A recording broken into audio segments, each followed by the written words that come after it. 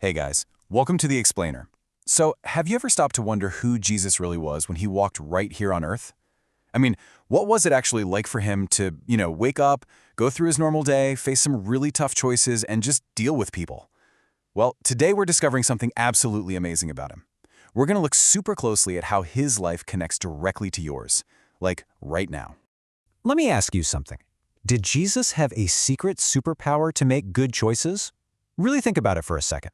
When you're trying to do the right thing, maybe it's obeying your parents or just trying to be kind to someone who was totally mean to you, do you ever think, well, Jesus only succeeded because he had like a divine cheat code to avoid making mistakes? It's a huge question, right? Well, get ready because we're going to find a completely mind-blowing answer to that. Okay, let's dive into this. Section 1. Jesus was just like you. He felt exactly what you feel. There is this incredibly powerful quote from the book of Hebrews, chapter 4, verse 15. It says, "For we have not an high priest which cannot be touched with the feeling of our infirmities, but was in all points tempted like as we are, yet without sin." Wow, this actually proves that Jesus faced the exact same temptations, the same frustrations, and the same feelings that you do. When it says in all points, that literally means nothing was left out. Now, you might be scratching your head about that really big word in there, infirmities. Let's break that down a bit. Infirmities basically just means our weaknesses, our struggles, and, well, all the tough stuff we have to deal with every single day. So when you feel tired or cranky or you're really tempted to do something wrong, those are infirmities. And we just learned that Jesus is touched by those exact feelings. He completely gets your daily challenges because, well, he actually lived through them. Moving right along to section 2, no secret superpowers allowed. We're busting the biggest myth about Jesus. Let's compare a couple of ideas here. First, there's the myth, the idea that Jesus used special God powers to be perfect. But then we have the actual truth. Jesus relied on God's power through faith, just like a regular person. See, if we pretend Jesus used some supernatural advantage, a power we can't have, we kind of miss the point entirely. His obedience to his Father was the exact same kind of obedience required of us. It was the obedience of a true human being relying totally, 100% on faith. Check out this incredible thought. He came not to reveal what a God could do, but what a man could do. I mean, wow. Really think about that for a second. If we sit around pretending Jesus used special superpowers that we just don't have access to, we're actually destroying the whole completeness of his humanity.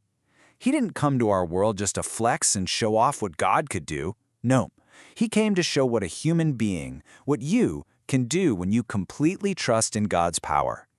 Which brings us to Section 3, bridging the giant gap, crossing the giant canyon of sin.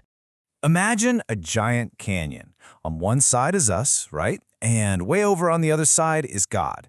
Now, that scary, massive gap between us was created by sin and our mistakes. But here is the amazing part.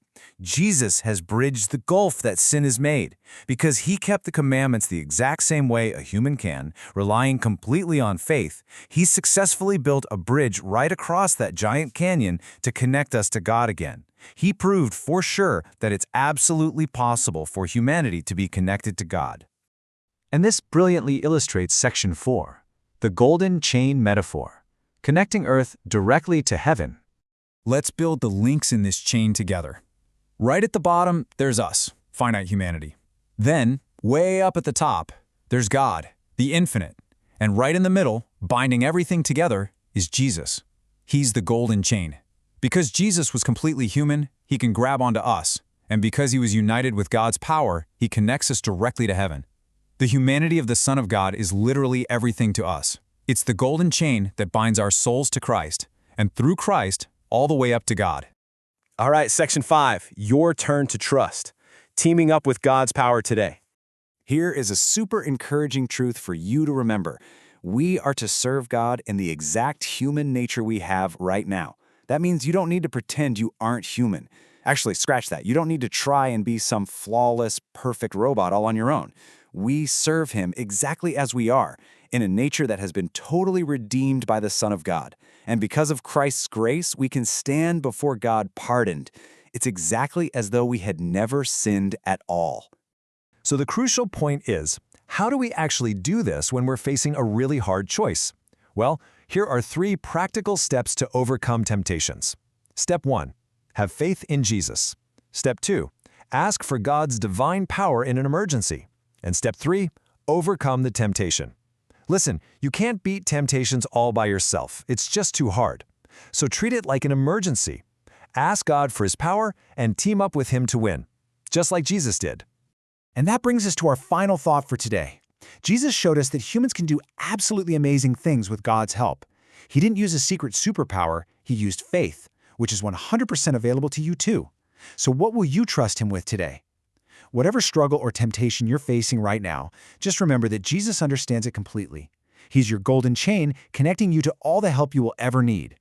Thank you so much for joining me for this explainer, and I really can't wait for you to start trusting God with your own daily struggles.